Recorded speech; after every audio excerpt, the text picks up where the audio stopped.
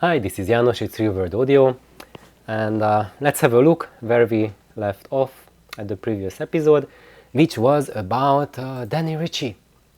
So I was reviewing reviewers or reviewing people who have audio channels or sharing information publicly, what I think of them, what's going on, what's my opinion, and because when you listen to someone, it's like they are showing their hands.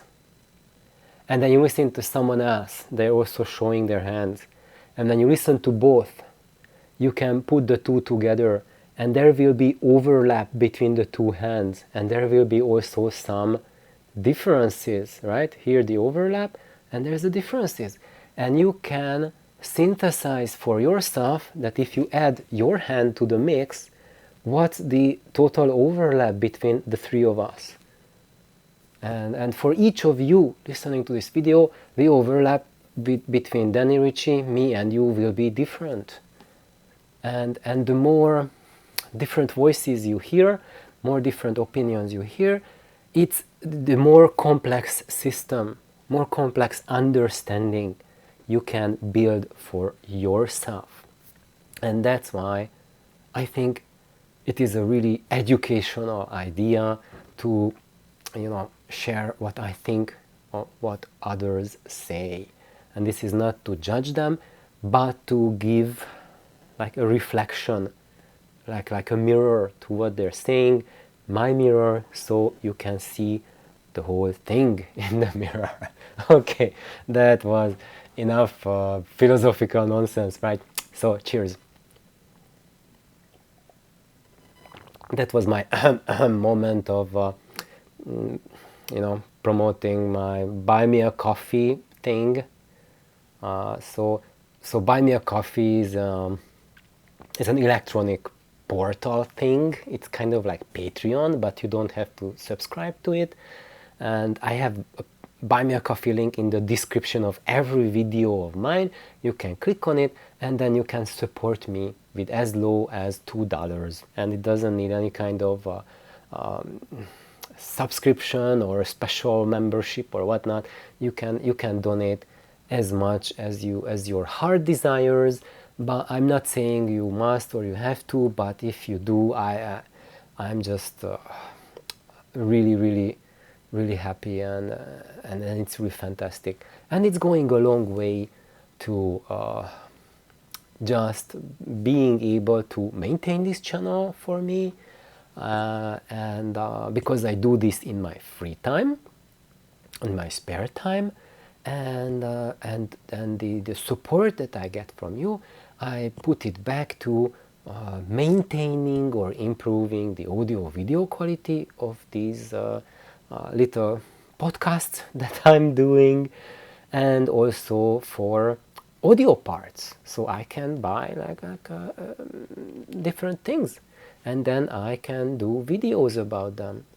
And what I will do is I will buy things that are of interest to you, that you can try yourself out, and there you go, you will have my opinion on it, and I can tell you, is it a good idea to try that out, or isn't it a good idea? Your money would work better somewhere else. So thank you all, especially to you, Gerald, who are just phenomenal supporters, and it's helping a lot tremendously. And actually this year my dream is to build that 8-inch single driver based loudspeaker that was demanded by most of you in the poll, and that project is basically entirely funded by Gerald. So he's sending me the drivers. They are already on the continental US of A, and they just have to come through that continent, through the Pacific Ocean, and land here. Yeah, so that's absolutely phenomenal. I think everyone will have a tremendous time with that new project. But before we get there, let's circle back to Danny Richie and why upgrade when I can buy a better speaker? Good question. And where I left off in the first part of this series, my previous video, is that where did I leave off? That for us who know how to design speakers, it's a no-brainer. And actually, for me, I mean a no-brainer that if you upgrade, you can get a so much better speaker than you had before, that it's just can be totally mind-blowing. And when you upgrade a speaker, then the expenditure to get this much improvement, let's say, okay, let me use both hands, this much improvement over your current speaker, and this is the level you want. If you buy a brand new loudspeaker, that will cost you at least 10 times as much or even more than upgrading your current speaker. So if you know how to do it, it's an absolute no-brainer, because who would want to pay 10 times more money for the same result? Not myself. And that's what Danny Richie is recommending to you. Why be a fool and pay that much money when you can,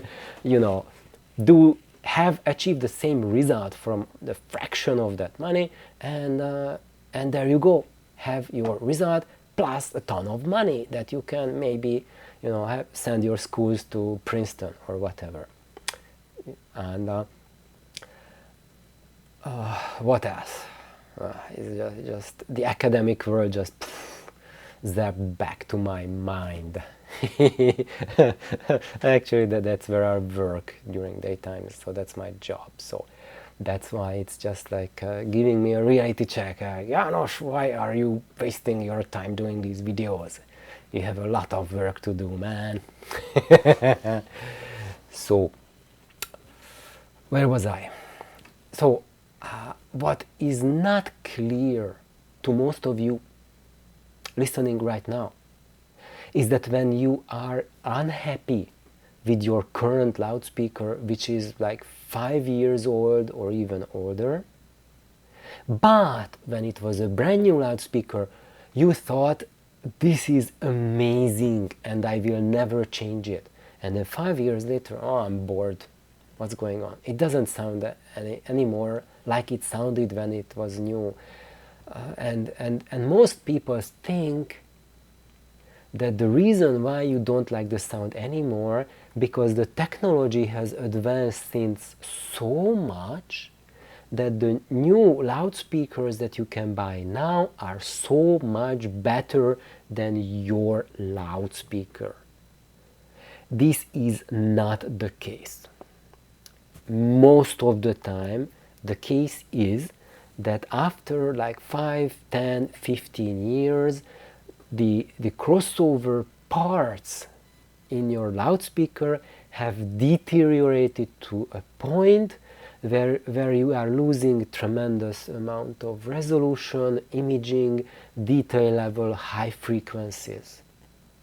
And even if you just replace the capacitors in your crossover, you will already have a wow moment. And then probably for most people, I would say that alone would make you feel that oh, my speakers improved a lot, and you won't have a desire to buy a brand new loudspeaker anymore. But Danny Richie is going way beyond that, and what he's doing is that he's redesigning it and using much higher quality components. And then you are saying that, okay, but how much of an improvement can I expect?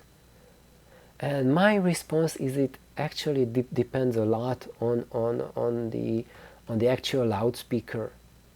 So what it is that you are upgrading. There are some loudspeakers that are not really worth upgrading, but even those, when you upgrade them, will be much better. But those who were properly designed in the first place, you can just expand them to infinity. Those that were rubbish in the first place, you can turn them to an okay speaker.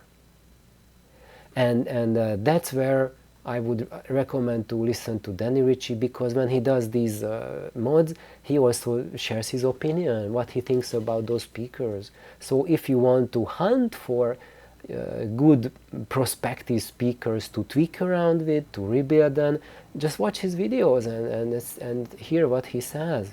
And then just, watch out for used pair of speakers and grab them. And I am doing a little bit of help for you. There was one pair of speakers that I did a few videos. I shared about the Mirage 760s. And these speakers are now like 35 years old. So this is something that you might get at a garage sale for maybe like $50 or something like that. And when and by this time, especially if the speakers have been used for the past 35 years on a daily basis, then probably it will still sound really dull and kind of lifeless, but making sound. But if they haven't used for 35 years, and then you turn it on, provided the woofers are still intact, it would be probably sound very distorted and very quiet. You turn up the volume on your amplifier and it still doesn't play loud. It just plays barely a whisper. And that's because the crossover parts, especially the capacitors, have deteriorated to a point where the thing is almost dysfunctional. And my pair that I have were at this point. So I had a very easy before modification, after modification listening test, because before the mods they were unlistenable. It's like loudspeakers that you really want to toss in the landfill. That's how they sounded. And due to their age, what you can see is that you might have to, redo the surrounds of the cone, so that might be something. It depends on your area, how kind nature is to your loudspeakers in that region. In my region it's really bad, so mine were reconed about 10 years ago, but since then they are okay. So here in Hawaii they will live about 20 years, and then you recon them and they will run okay. And it's easy to recon because this 8-inch cone size is very, very generic, and it doesn't use any kind of special parts. So like a standard recon kit, you can do it, or ask someone who can do it, recon them for you. It's not a big expense, just like a few dollars for a recon kit. It's not nothing major. But you might even not need that. So provided you have your Mirage 760s, what I did with them is that let's go back to my because this is not mine. I just did a random Google search to find a nice picture of them, because looking at my channel and I have just searched for Mirage, and then I have 2 videos on it. One is about the crossover, measuring and analyzing the crossover, and then another video about upgrading the crossover. And then I have a few more videos about the sound. So here you can see that's my Mirage over there, and you can see some blue tack, that blue tacky stuff on the front. I also added that. The one around, you see around the tweeter there's like a ring of that blue tack, and that's to mitigate the step response between the tweeter's edge and the front baffle, so that I won't go any more into detail into that, but that helps a lot to make the high frequencies smoother and blend in more. And that bit there, you see that slanted blue piece, that's also a piece of blue tack, and that's placed there strategically to decrease diffraction, cabinet diffraction. People are usually freaked out about diffraction, and I say, oh, if a cabinet diffracts, it just has to go to the dump, it's not good anymore. But there's this blue tack trick that you can use these tiny, just like a tiny lips that you place strategically on the front of your cabinet, and these can vastly reduce the diffraction and improve imaging to a staggering degree. So that's why I say don't freak out if your loudspeaker's front doesn't look like absolutely 100% from the standpoint of diffraction, or if you have uneven front panel, like the material is uneven, like it's like wooden, like here in my void pipe, and it has knots in the wood. With tricks like that, those resonances that are created by those areas can be vastly mitigated, and the 3D imaging can really explode to the next level. And so basically that's what I was doing with mine. I took out the crossover, completely rebuilt it with new parts. Actually, not completely. I just changed the capacitors and all the wires and all the internal speaker wires. So for the woofers, I added Kimber cables, and I soldered them directly on the driver's tabs. No connectors, just forget that it's crap. Direct connect everything. Lose the connectors. When you put internal connectors, they just give you a really big level of drop in the information transmission capacity of that loudspeaker. And if you just, let's say in this case, if you just leave in one tab, like one connector for one wire, the difference between that and zero connector will be really tiny, and you will barely perceive.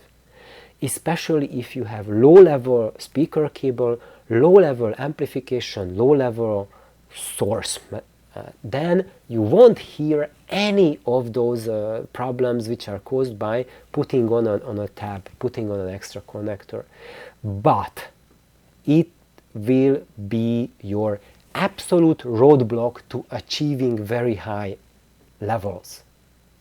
You can increase the level of your speaker cables, you can increase the level of your amplifier, your source, your interconnects, improve the power line in your system, in your house.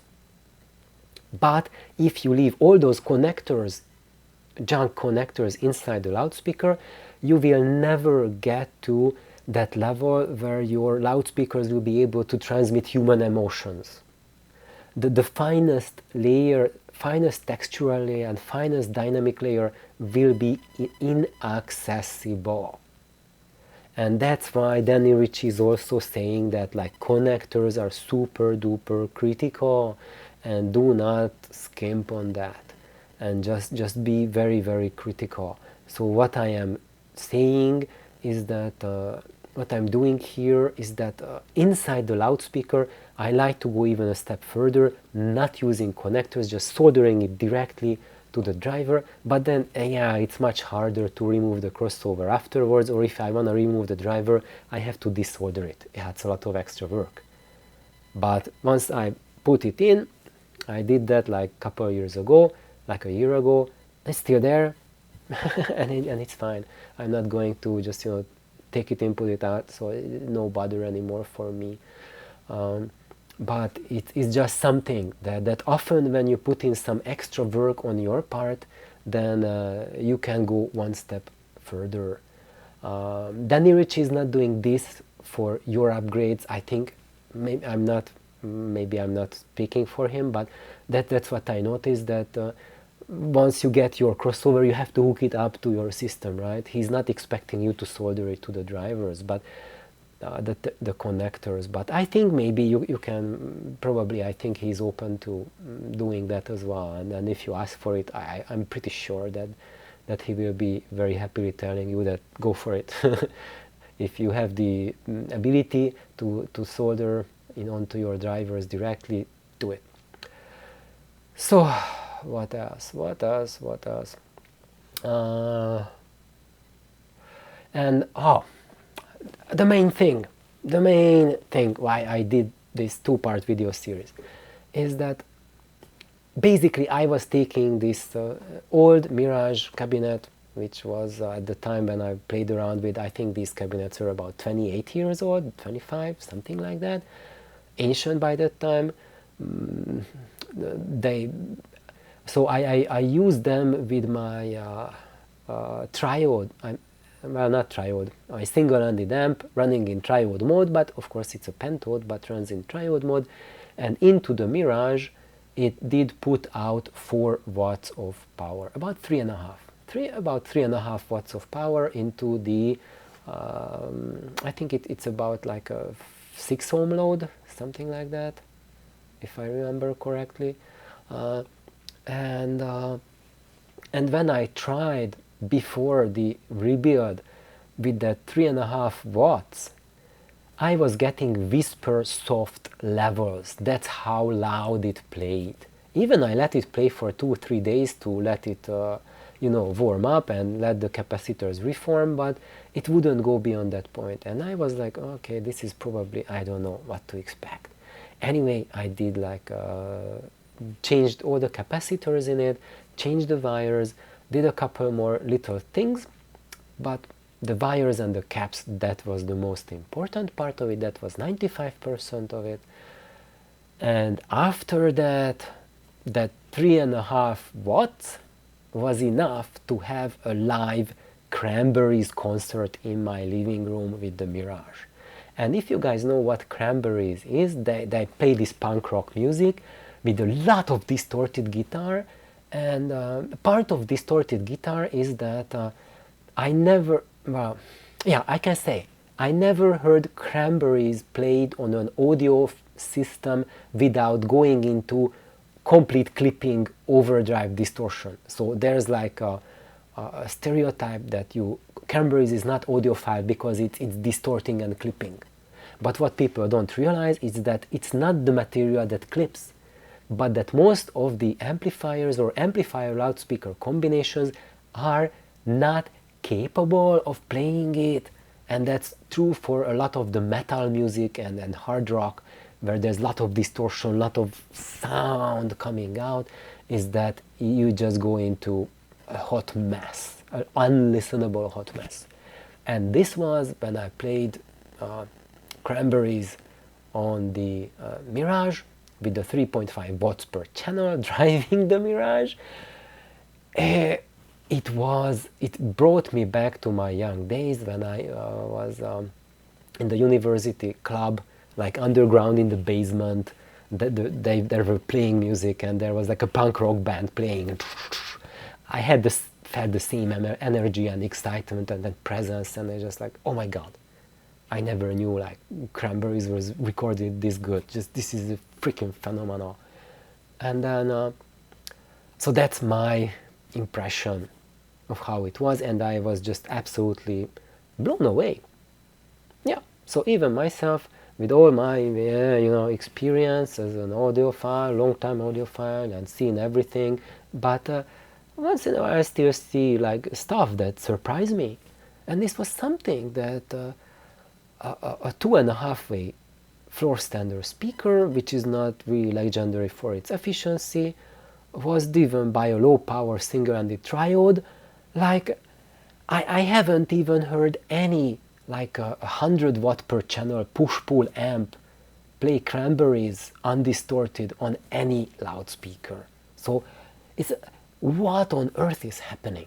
So you can really elevate things, and of course here there was also a synergy going on, but it really was a true wake-up call that just because it's an old cabinet, it's an old loudspeaker, and the drivers were manufactured like 3-4 decades ago, it doesn't mean that they are junk. And I had my buddy Irvin come over and listen to them and ask for his opinion. what he thinks about the rebuilt Mirage's sound. And I did that because I myself, now the past decade or so, since my mentor passed away, I am not listening to like what's available commercially nowadays. I don't really hear other people's systems. Most of the time I work, and now that my mentor is passed away, I don't get to go to his stereo shop and listen to music after work because shop is gone and Stu he has passed on. And I'm just really busy at work, so I can't afford time-wise to just go and listen to stuff. So as part of my reality check, I'm asking my buddies to come over. And Irvin, he's really knowledgeable, and he really goes out of his way to hear everything, to hear the new gear. And when he listened to it, he said that, János, the level of sound these Mirages play is at the level that current loudspeakers produce in the price range of $8,000 to $10,000. So I think this really, really answers everyone's concerns whether it's a good idea to rebuild your crossover and update, or do you want to go for purchasing new speakers instead.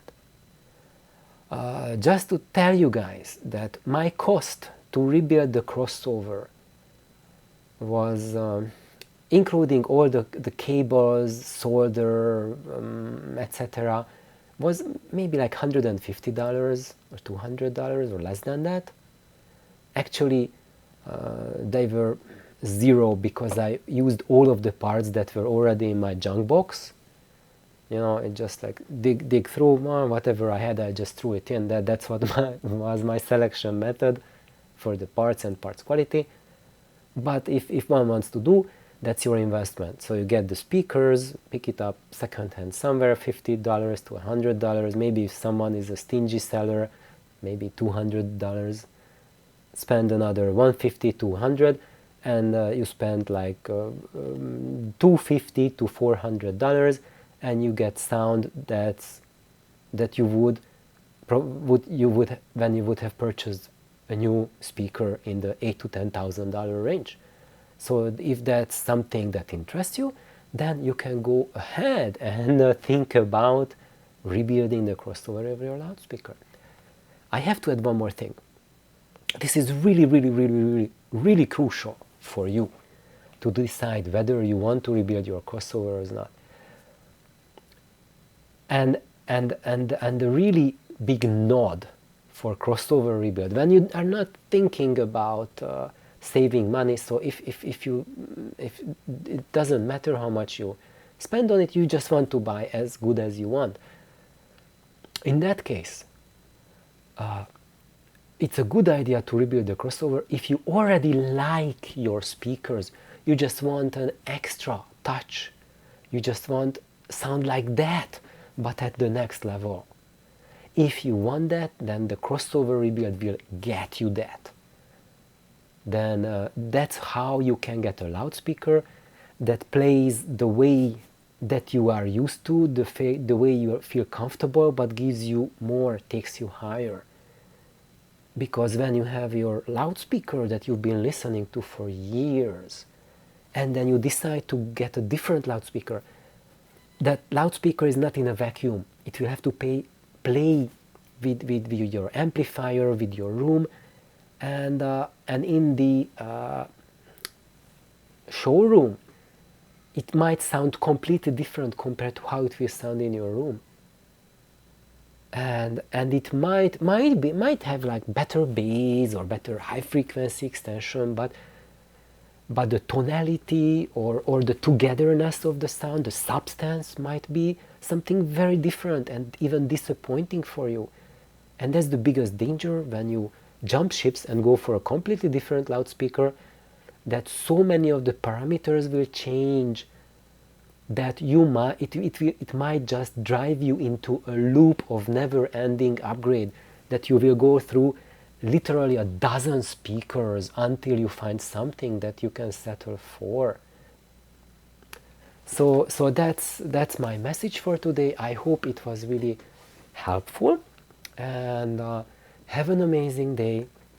And if you are at the point that you are thinking about upgrading your crossover, yes, I give you the thumbs up, and I can tell you that it won't be just a tiny increase, but it can be a really big jump.